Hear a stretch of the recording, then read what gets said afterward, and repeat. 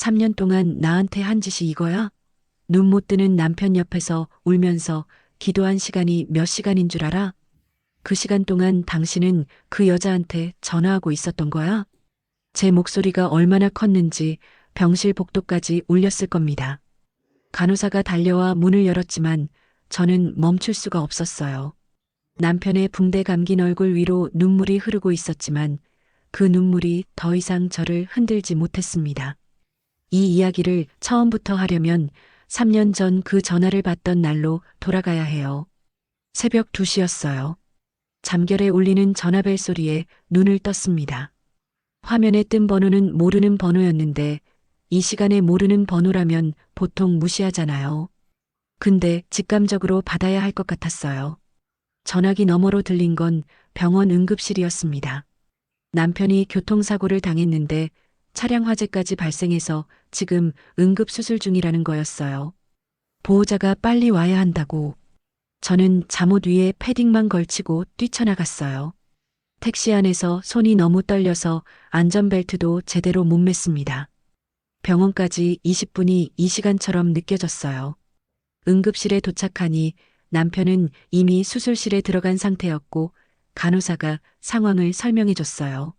남편 차가 중앙선을 넘어온 트럭과 부딪혔는데 충돌 직후 차량에 불이 붙었다고. 구급대원들이 남편을 끌어냈을 때는 이미 전신의 40%가 화상을 입은 상태였고 특히 얼굴과 상체가 심했다고 했어요. 수술실 앞 의자에 앉아서 6시간을 기다렸습니다. 새벽부터 앉아 있으니 해가 뜨고 병원 복도에 사람들이 오가기 시작했는데 저는 그 소리가 하나도 들리지 않았어요. 머릿속에는 하나밖에 없었습니다. 사람만 달라. 제발 사람만 달라. 의사가 수술실에서 나왔을 때 첫 마디가 생명은 건졌습니다였어요. 그 말에 다리가 풀려서 그 자리에 주저앉았어요. 울음이 터졌습니다. 하지만 의사는 이어서 말했어요. 다만 얼굴과 양쪽 눈 주변 화상이 매우 심합니다. 각막 손상이 심해서 시력을 회복하기 어려울 수 있습니다. 그리고 오른팔 신경 손상이 있어서 미세한 동작이 힘들어질 겁니다. 장기적인 재활이 필요합니다. 살았으니 됐다고 생각했어요. 눈이 안 보여도 팔이 불편해도 살아있으면 되는 거라고. 그때는 정말 그렇게 생각했습니다. 남편이 깨어난 건 사흘 뒤였어요. 붕대로 눈을 감싼 채 누워있는 남편의 손을 잡으니 남편이 떨리는 목소리로 말했어요. 여보, 나 지금 눈이 안 보여요. 아무것도 안 보여. 괜찮아. 지금은 붕대 때문에 그래. 나중에 좋아질 거야. 거짓말이었어요. 의사는 이미 시력 회복이 어렵다고 했으니까. 하지만 방금 깨어난 사람한테 그 말을 할 수는 없었습니다. 남편은 제 손을 더듬더듬 찾아 꼭 쥐었어요. 그 손이 얼마나 약한지 예전에 무거운 짐을 번쩍 들던 그 손이 맞나 싶을 정도였습니다. 미안해요. 당신한테 짐만 대고. 무슨 소리야? 당신이 살아있어서 얼마나 다행인데. 눈물을 참으며 남편의 이마를 쓸어줬어요. 붕대 사이로 보이는 피부가 벌겋게 부풀어 있었지만 저한테는 살아있는 남편의 체온이 느껴지는 것만으로도 충분했습니다. 입원 1달, 수술 3번, 퇴원까지 넉 달이 걸렸어요. 그 넉 달 동안 저는 병원과 세탁소를 왕복했습니다. 세탁소는 시어머니가 하시던 걸 제가 물려받은 건데 동네 주민들이 단골이라 꾸준히 일감이 있었어요. 많이 벌진 못해도 병원비와 생활비는 감당할 수 있는 정도였죠. 아침 6시에 일어나 세탁물을 돌리고 9시에 병원에 가서 남편 간병하고 오후에 다시 세탁소로 돌아와 다림질하고 배달하고 밤 11시에 집에 오면 쓰러지듯 잠들었어요. 아이는 그때 초등학교 3학년이었는데 학교 끝나면 혼자 세탁소로 와서 숙제를 했어요. 어떤 날은 제가 너무 늦게까지 일하니까 세탁소 의자 2개를 붙여놓고 거기서 잠들어 있더라고요. 그 모습을 보면 가슴이 찢어졌어요. 이 아이한테 엄마 노릇을 제대로 못 해주고 있다는 게. 남편이 퇴원한 뒤에도 상황은 나아지지 않았습니다. 시력은 결국 돌아오지 않았어요. 빛에 밝고 어두운 정도만 겨우 구분하는 수준이었고 사람 얼굴은커녕 큰 글씨도 읽을 수 없었습니다. 얼굴과 목, 가슴 쪽 화상 자국은 여러 번 피부 이식 수술을 했지만 완전히 사라지지 않았어요. 남편은 외출할 때마다 마스크와 선글라스로 얼굴을 가렸는데 그래도 사람들이 쳐다보면 움츠러들곤 했죠. 오른팔은 재활 치료 덕분에 일상생활은 가능해졌지만 예전처럼 세밀한 작업은 못했어요. 남편이 사고 전에 하던 일이 정밀 기계 조립이었는데 다시 돌아갈 수 없게 된 거죠. 남편은 집에서 점점 말이 없어졌어요.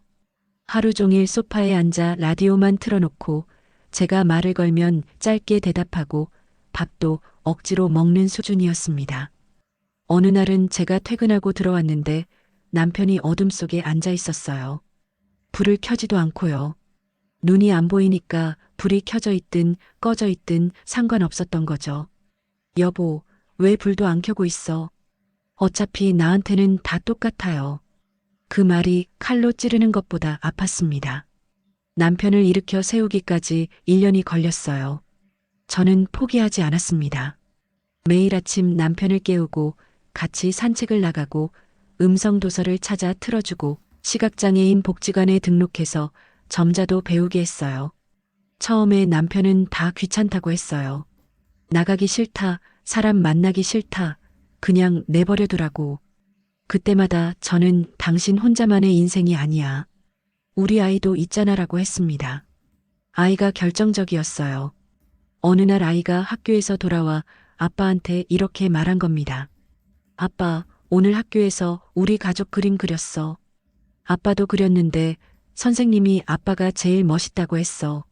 남편이 아이의 손을 잡고 한참을 가만히 있더니 처음으로 산책 가자고 했어요. 그날부터 조금씩 달라졌습니다. 복지관에서 점자를 배우기 시작했고 음성 소프트웨어를 써서 컴퓨터도 조금씩 다루게 됐어요. 표정도 밝아졌고 농담도 하기 시작했습니다. 2년 차 되니까 남편이 세탁소 일을 돕겠다고 했어요. 눈이 안 보이니까 접수나 배달은 못하지만 세탁물을 개는 일은 손 감각으로 할 수 있다면서 처음에는 수건 하나 개는데도 한참 걸렸는데 한 달이 지나니 저보다 빠르더라고요. 이 정도면 나 여기서 에이스 아냐? 남편이 웃으면서 한 그 말에 저는 세탁기 뒤에서 몰래 울었어요. 기뻐서 운 거였습니다. 3년 차. 우리 가족은 사고 전처럼은 아니지만 나름의 일상을 되찾고 있었어요. 남편은 매일 세탁소에 출근했고 아이는 중학생이 됐고 저는 여전히 바빴지만 웃을 수 있는 날이 많아졌습니다. 그렇게 최악은 지났다고 생각했어요. 진짜로 그렇게 믿었습니다. 이상한 낌새를 처음 느낀 건 3년 차 가을이었어요. 남편의 핸드폰 습관이 바뀌었습니다. 눈이 안 보이니까 남편은 음성 통화를 많이 썼는데 예전에는 제가 옆에 있어도 편하게 전화했거든요. 그런데 어느 순간부터 제가 다가가면 전화를 끊거나 별거 아니야, 복지관에서 온 거야라고 둘러대기 시작했어요. 처음에는 신경 쓰지 않았습니다. 복지관에서 사귄 친구들이 생겼나 보다 했죠. 그런데 하루는 세탁소에서 야근을 하고 밤 11시에 들어왔는데 남편이 거실에서 작은 목소리로 통화를 하고 있었어요. 그래, 나도 보고 싶어. 근데 지금은 힘들어. 조금만 더 기다려. 그 목소리 톤이 이상했어요. 제게 하는 말투가 아니었습니다. 더 부드럽고 더 조심스러우면서도 달콤한. 현관 소리를 듣자마자 전화를 끊었고 저한테 누구야? 라고 물었는데 제가 나야라고 하니 오늘 늦었네 하면서 아무렇지 않게 방으로 들어갔어요. 마음 한쪽에 뭔가 걸렸지만 그때는 그냥 넘겼습니다. 설마 이 사람이 내가 3년을 이를 악물고 살려놓은 이 사람이 설마. 하지만 설마는 곧 역시가 되었어요. 의심은 한번 시작되면 걷잡을 수 없더라고요. 세탁소에서 일하다가도 남편이 지금 뭘 하고 있을까 생각이 났고 남편의 작은 행동 하나하나가 전부 의심의 재료가 됐어요. 결정적으로 이상해진 건 남편의 외출이었습니다. 복지관이 화목토에 있는데 남편이 월요일과 수요일에도 나가기 시작한 거예요. 재활 프로그램이 추가됐다고 했는데 제가 복지관에 전화해보니 월수 프로그램은 없었어요. 그때부터 심장이 쿵쿵거렸습니다. 남편한테 직접 물어볼까 했지만 만약 아무것도 아닌데 의심을 해서 사이가 틀어지면 어떡하나 싶었어요. 3년 동안 쌓아올린 일상이 한순간에 무너질까봐 무서웠습니다. 그래서 비겁하지만 확인을 먼저 하기로 했어요. 남편이 복지관 간다며 나간 월요일, 저는 세탁소를 아르바이트생에게 맡기고 남편을 따라갔습니다. 남편은 눈이 안 보이니까 항상 흰 지팡이를 짚고 걸어요. 집에서 버스 정류장까지 가는 길은 3년 동안 외워서 혼자 다닐 수 있었죠. 남편이 버스를 탔고 저도 뒤에서 탔어요. 앞을 볼 수 없는 남편은 당연히 제가 탄 걸 몰랐죠. 남편이 내린 곳은 복지관이 있는 정류장이 아니었어요. 두 정거장을 더 가서 내렸습니다. 그리고 놀라운 일이 벌어졌어요. 남편이 내리자마자 누군가가 다가와 남편의 팔을 잡았습니다. 여자였어요. 나이는 저보다 젊어 보였고 남편 팔을 잡는 손길이 익숙해 보였어요. 처음 잡는 사람의 어색함이 없었습니다. 두 사람은 나란히 걸어서 주택가 골목으로 들어갔고 한 빌라 건물 앞에서 멈췄어요. 여자가 현관 비밀번호를 누르고 남편을 안으로 들였습니다. 저는 골목 입구에 서서 그 장면을 지켜봤어요. 다리가 후들거렸고 시야가 흐려졌습니다. 주저앉지 않으려고 벽을 짚었어요. 30분을 기다렸습니다. 빌라 앞에서 혹시 아닐 수도 있다고, 남편의 시각장애인 친구일 수도 있고 자원봉사자일 수도 있다고, 그런 가능성에 매달렸어요. 하지만 30분 뒤 빌라 2층 창문으로 두 사람의 그림자가 보였습니다. 가까이 붙어 있는 두 그림자. 그걸 보는 순간 제 안에서 뭔가 끊어지는 소리가 들렸어요. 그날 저는 집에 돌아가지 않았어요. 세탁소로 갔습니다. 다림질대 앞에 앉아서 멍하니 벽만 바라봤어요. 손에 다리미를 쥐고 있었는데 전원도 안 켜고 1시간을 그렇게 있었어요. 머릿속에서 3년이 주마등처럼 스쳤습니다. 새벽 2시에 받은 응급실 전화. 수술실 앞에서 6시간. 넉 달 간병. 매일 상처 부위 소독해주고 연고 발라주고 붕대 갈아주던 손. 눈이 안 보인다며 울던 남편을 일으켜 세우느라 1년을 보낸 것. 세탁소와 병원을 왔다 갔다 하느라 10kg가 빠진 것. 아이가 세탁소 의자에서 잠들던 밤들. 그 모든 시간 동안 남편은 다른 여자와 연락하고 있었다? 아니야. 아직 확실한 건 아니야. 내가 본 건 여자가 남편 팔을 잡고 빌라에 들어간 것뿐이야. 그림자가 가까이 있었던 것뿐이야. 스스로를 달래봤지만 이미 가슴속에서 답을 알고 있었어요. 사흘 뒤 같은 요일, 저는 다시 남편을 따라갔어요. 이번에는 사진을 찍었습니다. 여자가 남편 팔을 잡는 장면, 빌라에 들어가는 장면, 그리고 2시간 뒤 나오는 장면까지. 나올 때 남편의 표정이 편안했어요. 웃고 있었습니다. 집에서는 좀처럼 보지 못하던 그 웃음을 그 여자 옆에서 짓고 있었어요. 여자가 남편의 볼에 손을 갖다 대며 뭔가 말하는 게 보였어요. 화상 자국이 있는 그 볼을요. 남편은 고개를 숙이며 수줍게 웃었습니다. 그 장면에서 저는 울지 않았어요. 오히려 이상하리만큼 차분했습니다. 분노도 슬픔도 아닌 얼음처럼 차가운 감정이 온몸을 감쌌어요. 집으로 돌아가 남편보다 먼저 도착했습니다. 남편이 돌아오면 평소처럼 복지관 어땠어? 라고 물을 거고 남편은 별일 없었어 라고 답하겠죠. 과연 남편은 30분 뒤 집에 돌아와서 말했어요. 오늘 복지관에서 점자 시험 봤는데 나 꽤 잘 봤어. 복지관에 가지도 않았으면서. 잘했네. 저는 웃으며 대답했어요. 그리고 부엌에서 저녁을 준비했습니다. 칼로 물을 자르는데 손이 떨렸어요. 분노가 아니라 이 거짓말의 끝이 어디일까 하는 두려움 때문이었습니다. 증거를 더 모으기로 했어요. 감정적으로 덤비면 남편이 발뺌할 게 뻔했으니까요. 그 여자는 봉사자다 오해다라고 하면 저는 그걸 반박할 수 없었어요. 그림자 하나와 사진 몇 장으로는 부족했습니다. 남편의 핸드폰을 확인해야 했어요. 남편은 눈이 안 보이니까 핸드폰을 음성 모드로 쓰고 있었는데 잠금 비밀번호가 있었어요. 음성으로 비밀번호를 말하는 걸 들은 적이 없었고 지문 인식을 쓰고 있었죠. 하지만 남편이 잠든 뒤에는 다를 수 있었어요. 새벽 3시 남편이 깊이 잠든 걸 확인하고 살금살금 다가가 남편의 손가락을 핸드폰 지문 센서에 갖다 댔습니다. 잠긴 핸드폰이 열렸어요. 손이 떨렸지만 메시지 앱을 열었습니다. 남편은 눈이 안 보이니까 음성 메시지를 주로 썼는데 음성 메시지함에 한 연락처와 주고받은 메시지가 수백 개 있었어요. 이어폰을 꽂고 볼륨을 최소로 낮춘 뒤 들었습니다. 여자 목소리가 먼저 나왔어요. 오늘 같이 있어서 좋았어. 당신 옆에 있으면 마음이 편해.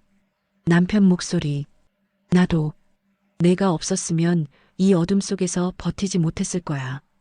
가슴이 쿵 내려앉았어요. 하지만 더 들었습니다. 여자. 그 사람한테 미안하지 않아? 남편. 미안하지. 근데 그 사람은 나를 돌봐주는 사람이지 내 마음을 알아주는 사람은 아니야. 너는 달라. 너는 내 마음을 봐줘. 그 순간 핸드폰을 떨어뜨릴 뻔했어요. 나를 돌봐주는 사람이지 내 마음을 알아주는 사람은 아니야. 3년 동안 잠도 제대로 못 자고 이 사람을 살려놨더니 저는 돌봐주는 사람이었던 거예요. 간병인. 더 이상 들을 수 없어서 핸드폰을 내려놓고 화장실로 갔어요. 수건으로 입을 막고 소리 없이 울었습니다. 남편이 깰까봐 소리를 낼 수 없었어요. 그런데 울다가 문득 의문이 들었어요. 이 여자가 대체 누구지? 메시지를 더 거슬러 올라가 봤습니다. 가장 오래된 메시지의 날짜를 확인하는 순간 심장이 멎는 줄 알았어요. 사고가 나기 8개월 전이었습니다. 이 관계가 사고 이후에 시작된 게 아니었어요. 사고 전부터 남편은 이 여자와 만나고 있었습니다. 사고 전 메시지를 들어보니 남편은 이 여자에게 이런 말을 하고 있었어요. 집에 있으면 숨이 막혀. 매일 같은 일상, 같은 대화. 너를 만나면 살 것 같아. 이혼은 아이 때문에 쉽지 않아. 하지만 방법을 찾아볼게. 세탁소 자산 가치가 얼마 정도 되는지 알아보고 있어. 재산 분할 받으면 우리 새로 시작할 수 있을 거야. 숨을 쉴 수가 없었어요. 이 사람이 사고가 나기 전부터 저와 이혼하고 세탁소 재산까지 분할받아서 이 여자와 새 삶을 시작하려고 계획하고 있었던 겁니다. 그렇다면 사고는?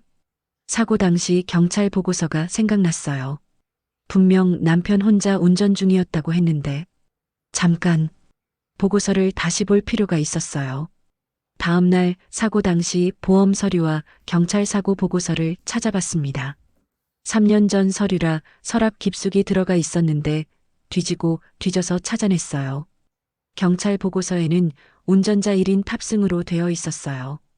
동승자 없음. 그런데 보험사에서 온 서류를 자세히 읽어보니 이상한 항목이 하나 있었습니다.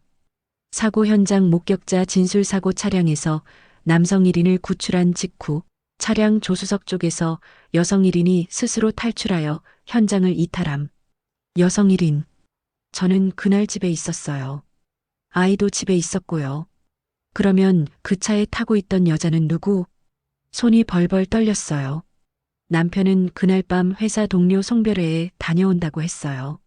제가 술 많이 마시지 말고 대리 불러라고 했는데 한두 잔만 하고 올게라고 했죠. 그 차에 여자가 타고 있었다. 사고 후 그 여자는 도망쳤다. 남편은 3년 동안 한 번도 이 사실을 말하지 않았다. 퍼즐이 맞춰졌어요. 남편은 그날 밤 송별회가 아니라 이 여자를 만나고 오는 길이었습니다. 차에 여자를 태우고 있었고 사고가 났고 여자는 도망쳤고 남편은 혼자 남아 전신 화상을 입은 거예요. 그리고 남편은 이 모든 걸 숨겼습니다. 3년 동안 제가 밤낮으로 간병하는 동안 진실을 한마디도 하지 않았어요. 분노가 올라왔어요. 이전에 느껴본 적 없는 종류의 분노였습니다. 배신감이나 질투 같은 게 아니었어요. 제 3년이 통째로 사기당한 느낌. 제 인생의 가장 처절했던 3년이 거짓 위에 서 있었다는 절망. 남편이 다른 여자를 만난 것도 분했지만 더 분한 건 이거였어요. 사고 현장에서 도망친 여자. 남편이 불 속에서 타고 있을 때 혼자 빠져나가서 도망친 여자. 그 여자를 남편이 3년이 지난 지금도 만나고 있다는 사실. 저는 남편이 불에 타 죽을 뻔할 때 새벽에 달려가서 6시간을 기다렸어요. 그 여자는 남편을 버리고 도망쳤어요. 그런데 남편의 마음은 저한테가 아니라 그 여자한테 있었습니다. 너는 내 마음을 봐줘. 그 말이 뇌리에서 떠나지 않았어요. 좋아. 그러면 마음을 봐주는 그 여자한테 가라. 대신 대가를 치러라. 차갑게 결심했습니다. 하지만 바로 터뜨리지 않았어요. 서두르면 안 됐습니다. 감정적으로 나 다 알아 하고 소리치면 남편이 증거를 인멸할 수 있었어요. 핸드폰 메시지를 지우고 여자와 입을 맞추고 오해다로 일관하면 저는 손해를 볼 수밖에 없었으니까요. 일주일 동안 침착하게 증거를 모았습니다. 남편의 핸드폰 음성 메시지를 제 핸드폰으로 녹음했어요. 매일 새벽 남편이 잠든 사이에 조금씩. 사고 전 메시지부터 최근 메시지까지 불륜 관계를 입증할 수 있는 내용을 전부. 빌라 앞에서 찍은 사진도 날짜별로 정리했고 여자의 이름과 주소도 알아냈습니다. 남편 핸드폰 연락처에 등록된 이름과 빌라 우편함에 적힌 이름이 같았어요. 그리고 보험사 서류의 현장 이탈 여성 기록도 복사해뒀습니다. 변호사를 먼저 만났어요. 모든 증거를 보여주고 상담을 받았습니다. 변호사가 말했어요.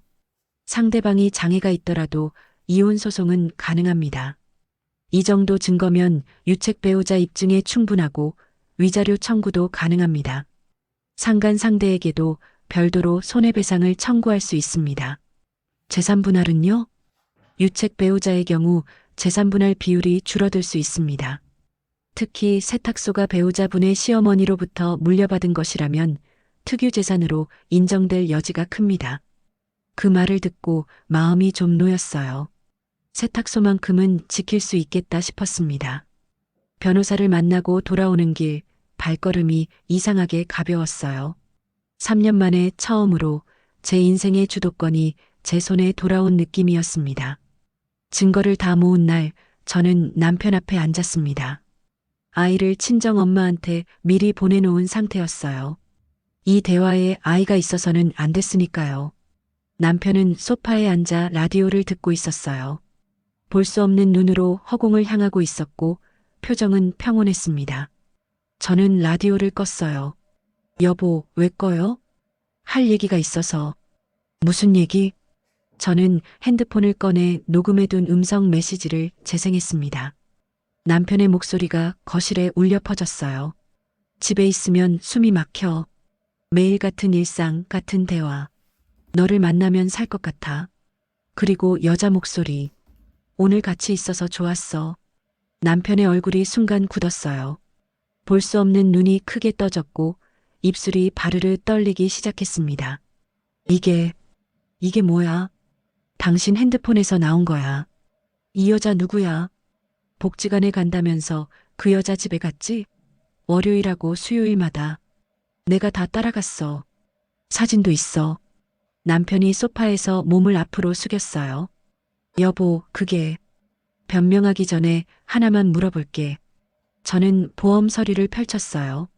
남편이 볼 수 없으니까 제가 읽어줬습니다. 사고 현장 목격자 진술. 사고 차량에서 남성 1인을 구출한 직후 차량 조수석 쪽에서 여성 1인이 스스로 탈출하여 현장을 이탈함. 거실이 조용해졌어요. 그날 밤 송별회 간다고 했지? 그 차에 타고 있던 여자가 이 여자 맞아? 남편이 대답하지 않았어요. 맞냐고. 맞아. 그 한마디에 3년이 무너졌습니다. 남편은 울기 시작했어요. 미안해. 정말 미안해. 당신한테 이런 짓을 하면 안 되는 거 알아. 근데 나도 어떻게 할 수가 없었어. 어떻게 할 수가 없었다고. 사고 나고 눈이 안 보이게 되고 모든 게 끝난 것 같았어. 당신이 나를 살려준 건 고맙지만 솔직히 말하면 당신 앞에서는 내가 짐덩이인 것 같았어. 항상 미안하고 항상 기죽고 그 여자 앞에서는 그런 느낌이 없었어. 그러니까 나한테는 미안하고 기죽으니까 그 감정이 불편하니까 편한 사람한테 간 거야? 그게 이유야? 그리고 그 여자, 당신이 불 속에서 타고 있을 때 혼자 도망친 여자잖아. 그 여자가 당신을 이렇게 만든 거나 마찬가지야. 옆에서 불이 붙는데 놔두고 튄 여자를 3년 뒤에 다시 만나고 있어? 그건 사고는 그 여자 잘못이 아니야. 그 여자 잘못이 아니라고. 당신이 그 여자 태우고 다니다가 사고가 난 거잖아. 송별회에 간 게 아니라 그 여자랑 드라이브 하다 온 거잖아. 내가 3년 동안 속은 거야. 목소리가 올라갔어요. 3년 동안 나한테 한 짓이 이거야? 눈 못 뜨는 남편 옆에서 울면서 기도한 시간이 몇 시간인 줄 알아?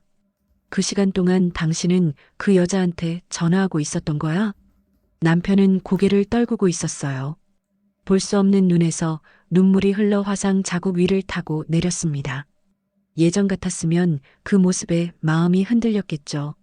하지만 지금은 아니었어요. 이혼 서류 내일 법원에서 받아올게. 당신 도장 준비해. 여보, 제발. 나를 더 이상 여보라고 부르지 마. 이혼을 결심하고 나니 오히려 마음이 고요해졌어요. 분노의 파도가 한번 지나가고 나면 그 뒤에는 텅 빈 해변만 남더라고요. 아무 감정도 없었어요. 남편을 볼 때도, 이혼 서류를 작성할 때도, 변호사와 통화할 때도. 하지만 아이한테 말하는 건 그 어떤 것보다 힘들었습니다. 엄마, 아빠 왜 안 와? 아빠랑 엄마가 좀 얘기할 게 있어서 아빠가 잠깐 할머니 집에 계시는 거야. 싸운 거야? 중학생은 눈치가 빨랐어요. 아이의 눈이 불안하게 흔들리고 있었습니다. 조금 있으면 다 설명해 줄게. 지금은 엄마 믿고 기다려 줄 수 있어? 아이가 고개를 끄덕이면서도 눈가가 빨개졌어요. 그 모습을 보니 화가 다시 치밀었습니다. 남편한테가 아니라 이 상황 자체에. 이혼 소송을 진행하면서 뜻밖의 일이 생겼습니다. 남편의 친어머니, 그러니까 시어머니한테 이혼 소식을 전해야 했어요. 법적 절차상 필요한 부분이 있었거든요. 시어머니한테 전화를 걸었는데 시어머니 반응이 기가 막혔어요. 그래서 아픈 사람을 내가 어떻게 하라고? 네가 알아서 해. 그게 부인된 돌이 아니야? 저 이혼한다니까요. 아유 징그러워라. 그래, 다 늙어 빠진 거 네가 져야지 누가 져. 근데 이혼하면 그 세탁소는 누가 가지는 거야? 세탁소? 시어머니가 관심 있는 건 아들이 아니라 세탁소였어요. 세탁소는 어머니가 저한테 물려주신 거잖아요. 내가 언제 맡긴 거지 준 거 아니야. 내 이름으로 된 건 아니지만 원래 내 가게야. 이건 법적으로 제 재산입니다. 법이 뭐가 중요해? 인간적으로 생각해봐. 네 시험이 평생 일군 건데. 전화를 끊었습니다. 더 들을 가치가 없었어요. 그런데 시어머니 전화를 끊고 나서 5분 뒤 모르는 번호로 전화가 왔어요. 혹시 남편분 되시는 분 맞으시죠? 낯선 남자 목소리였어요. 근데 목소리가 떨리고 있었습니다. 네, 맞는데요. 누구세요? 저는 당신 남편의 아버지입니다. 친아버지요. 시아버지. 남편의 친아버지.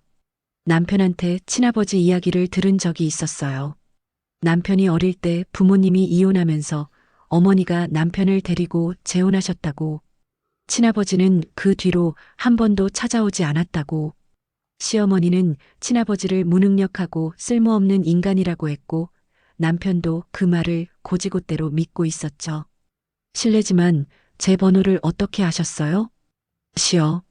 아니, 전처한테 방금 전화가 왔습니다. 아들이 이혼한다면서 몸도 불편한 아들을 자기한테 떠넘기려 한다고. 자기는 못 돌보니까 당신이 알아서 하라고. 시어머니가 친아버지한테 떠넘긴 거였어요. 자기가 돌보기 싫으니까. 그래서 전화를 드린 겁니다. 아들 상태가 어떤지 알 수 있을까요? 시아버지 목소리가 갈라졌어요. 사고 소식은 3년 전에 들었습니다. 병원에도 갔었어요. 근데 들어가지 못했어요. 아들이 저를 보면 싫어할까봐 복도에서만 서성거리다 왔습니다. 3년 전에 병원에 왔었다고요? 그 뒤로도 몇 번 병원 앞까지 갔었는데 매번 문 앞에서 돌아왔어요. 용기가 안 났습니다. 저는 한참 아무 말도 못했어요. 이 사람도 3년을 혼자 끙끙대고 있었던 거였어요. 아들이 불에 타서 눈을 잃었다는 소식을 듣고도 찾아가지 못하고 병원 복도만 서성이던 아버지. 아버님, 혹시 한번 만나 뵐 수 있을까요? 네.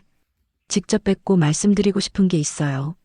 시아버지를 처음 만난 건 세탁소 앞 벤치에서였어요. 마른 체구에 허리가 살짝 굽은 분이었는데 눈매가 남편과 꼭 닮았어요. 남편이 사고를 당하지 않았다면 나이 들어서 이런 얼굴이 됐겠구나 싶었습니다. 시아버지는 저를 보자마자 고개를 깊이 숙이셨어요. 아들한테 아무것도 해준 게 없는 아비가 이렇게 찾아와서 죄송합니다. 아닙니다. 앉으세요. 벤치에 나란히 앉아 한참을 말없이 있었어요. 시아버지가 먼저 입을 여셨습니다. 아들이 어릴 때 이혼을 하게 되면서 아들을 데려가 달라고 했었어요. 하지만 전처가 막았습니다. 양육권 소송까지 갔는데 그때 제가 사업에 실패해서 경제력이 없었어요. 법원에서 양육권을 전처한테 줬고 저는 면접교섭권이라도 받으려 했는데 전처가 번번이 막았어요. 시아버지 손이 떨리고 있었습니다. 한 번은 아들이 다니는 초등학교에 몰래 갔었어요. 운동의 날이었는데 달리기 하는 아이를 멀찍이서 봤어요. 1등을 하더라고요. 박수를 치고 싶었는데 제가 있는 게 알려지면 아들한테 피해가 갈까봐 그냥 돌아왔어요. 눈시울이 뜨거워졌어요. 아들의 운동회에서 박수도 못 치고 돌아선 아버지. 아들이 결혼한다는 소식도 들었어요. 식장에 가고 싶었는데 전처가 오지 말라고 했습니다. 한 번도 아버지 노릇을 못했으니 갈 자격이 없다고 하더라고요. 그래서 식장 밖 주차장에서 하객들 들어가는 것만 보다 왔어요. 아버님, 사고 소식 듣고 병원에 달려갔을 때가 아들을 가장 가까이서 본 거였어요. 복도 유리창 너머로 침대에 누워 있는 걸 봤는데 온몸이 붕대로 감겨 있더라고요. 발가락만 나와 있었는데 그 발가락이 아기 때 제가 간지럼 태워주던 그 발가락이랑 똑같았어요. 시아버지가 울먹이셨어요. 간지럼 태우면 까르르 까르르 웃던 아이가 저렇게 되어 있는데 아무것도 해줄 수 없는 아비가 세상에 어디 있어요. 저는 옆에서 시아버지 등을 쓸어드렸어요. 이분도 아팠던 거구나. 아무도 몰라주는 자리에서 홀로. 그날 이후 시아버지와 종종 만나게 되었어요. 처음에는 이혼 과정에서 남편을 어떻게 할 것인가에 대한 현실적인 이야기 때문이었어요. 시어머니는 남편 떠맡기기 싫다고 했고 저는 이혼하는 입장이니 더 이상 돌볼 의무가 없었고 결국 남편을 맡아줄 사람은 친아버지밖에 없었으니까요. 시아버지는 선뜻 내가 돌보겠다고 하셨어요. 평생 아무것도 못해준 아비가 이제라도 해야죠. 아버님, 솔직히 말씀드리면 쉬운 일이 아닙니다. 눈이 안 보여요. 일상생활 보조가 필요하고 화상 후유증으로 피부 관리도 해줘야 하고 정서적으로도 불안정해요. 알고 있어요. 그래도 할 겁니다. 시아버지 눈에 단호함이 있었어요. 처음으로 이분한테서 아버지다운 모습을 본 것 같았습니다. 이혼 소송은 넉 달이 걸렸어요. 남편은 처음에 이혼을 거부했습니다. 잘못했다. 한 번만 봐달라. 아이 생각해서라도를 반복했어요. 근데 그 말이 웃겼어요. 3년 전에 세탁소 재산분할 받아서 그 여자랑 살겠다고 계획하던 사람이 이제 와서 아이를 내세워 이혼을 막으려 하다니. 법정에서 증거를 다 내밀었습니다. 음성 메시지 녹음, 빌라 출입 사진, 보험 서류의 동승자 기록. 남편 측 변호사도 할 말이 없었어요. 판사가 남편에게 물었습니다. 사고 당시 동승자가 현재 만나고 있는 상대방이 맞습니까? 남편은 한참을 침묵하다가 맞습니다라고 답했어요. 법정이 조용해졌습니다. 위자료 판결이 내려졌고 세탁소는 제 특유 재산으로 인정돼 재산 분할에서 제외됐어요.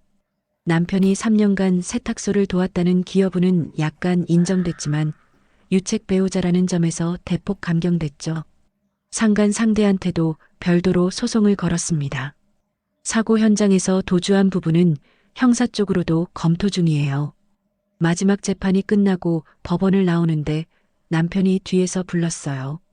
여보, 아니 당신 돌아보지 않았어요. 결국 그 여자마저 등을 돌렸어. 소송 당하니까 연락 끊어버렸어. 이제 나한테 아무도 없어. 걸음을 멈추고 돌아봤습니다. 앞이 안 보이는 남편이 흰 지팡이를 짚고 법원 계단 위에 서 있었어요. 있잖아. 내가 화재 속에서 죽어가고 있을 때 달려와 준 사람은 당신이었어. 그 여자는 도망갔고, 근데 나는 그 여자를 택했어. 내가 미친 거지.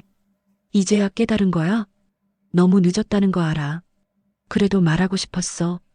당신 아버지가 당신 데리러 올 거야. 그분한테 잘해. 아버지? 무슨 아버지? 당신 친아버지. 남편의 표정이 복잡하게 일그러졌어요. 하지만 저는 더 이상 그 사람의 감정에 에너지를 쓸 여유가 없었습니다. 돌아서서 걸었어요. 법원 밖으로 나오니 가을바람이 불었습니다. 차가웠지만 상쾌했어요.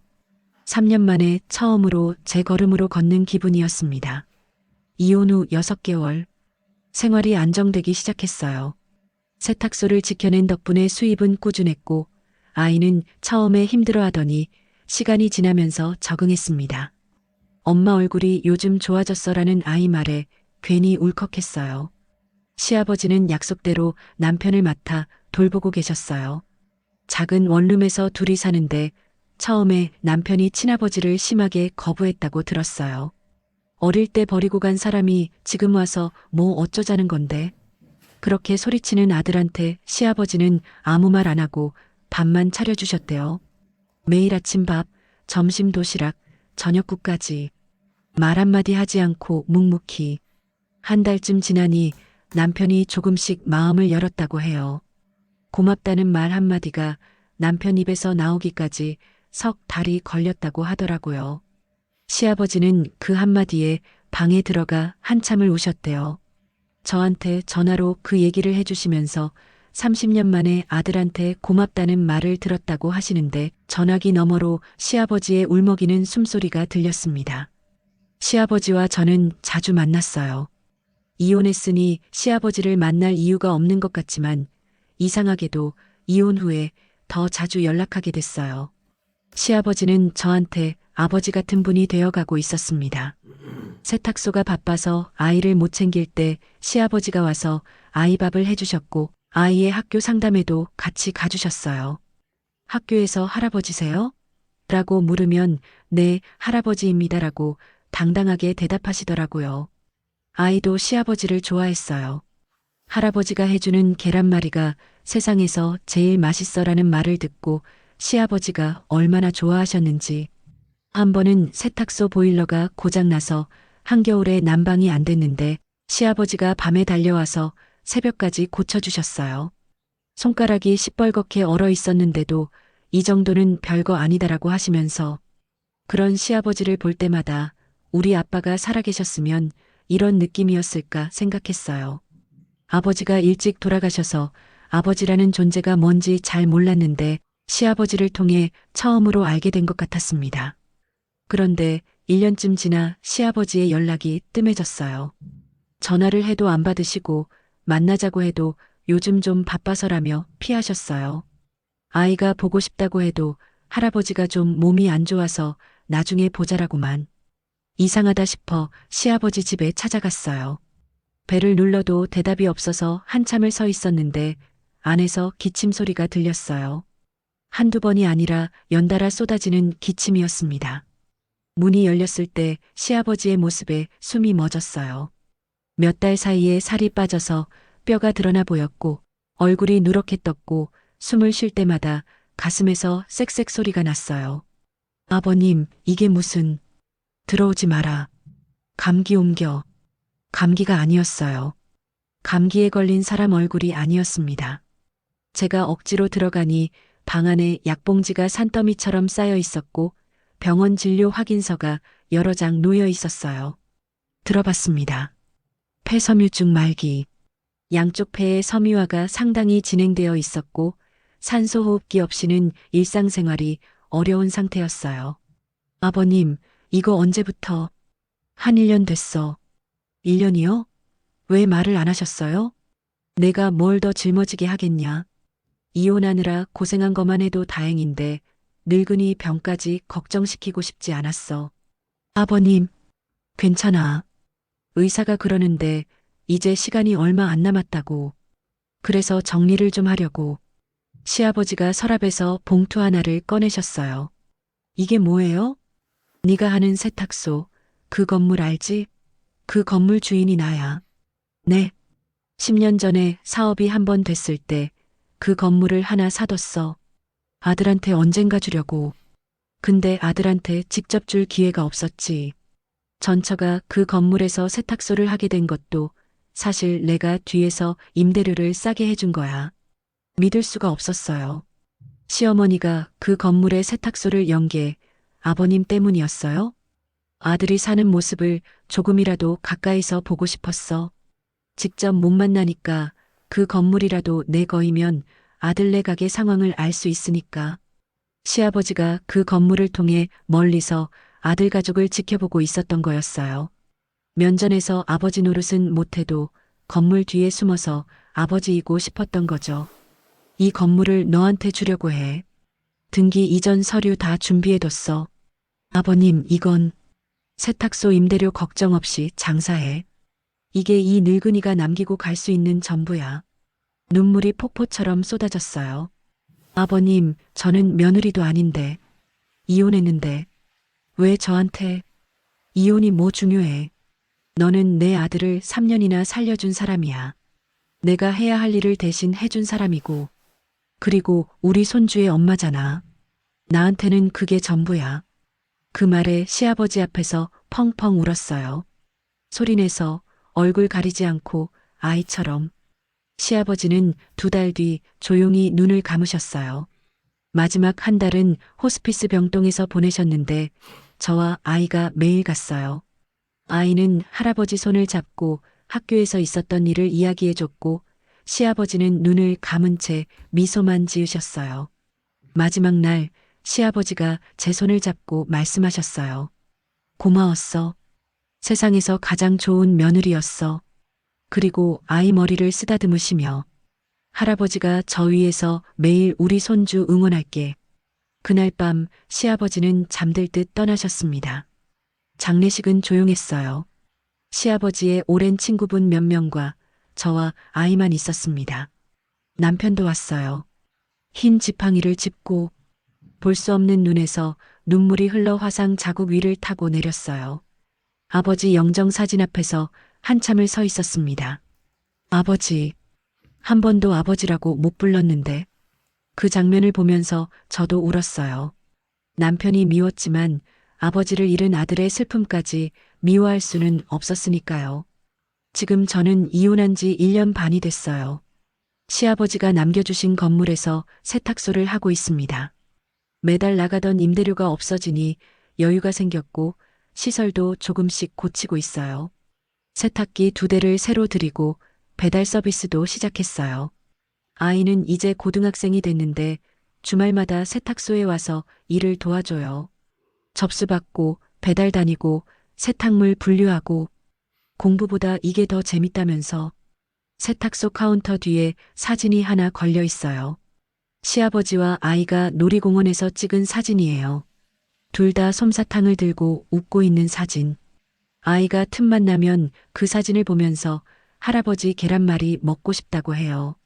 가끔 이른 아침에 세탁소 문을 열고 들어서면 빈 가게에 햇살이 쏟아지는 걸 보면서 시아버지를 생각해요. 한 번도 아버지 노릇을 하지 못했다고 미안해 하셨지만 제 인생에서 가장 큰 버팀목이 되어주신 분. 아들에게도 며느리에게도 손주에게도 끝내 사랑을 전한 분. 제 아버지는 제가 어릴 때 돌아가셨고 남편은 저를 배신했고 시어머니는 세탁소밖에 관심이 없었어요.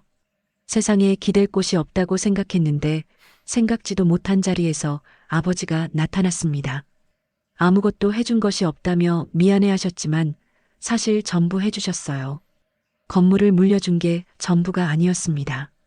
세탁소 보일러를 고쳐주시던 시뻘건 손가락, 아이한테 해주시던 계란말이, 학교 상담에서 할아버지입니다 라고 말씀하시던 목소리, 병원 복도에서 홀로 아들을 지켜보시던 그 뒷모습, 그 모든 게 사랑이었어요. 가끔 하루가 너무 힘들고 지칠 때 세탁소 카운터에 앉아 그 사진을 봅니다. 그러면 시아버지의 목소리가 들리는 것 같아요. 괜찮아. 잘하고 있어. 그 한마디면 또 일어설 수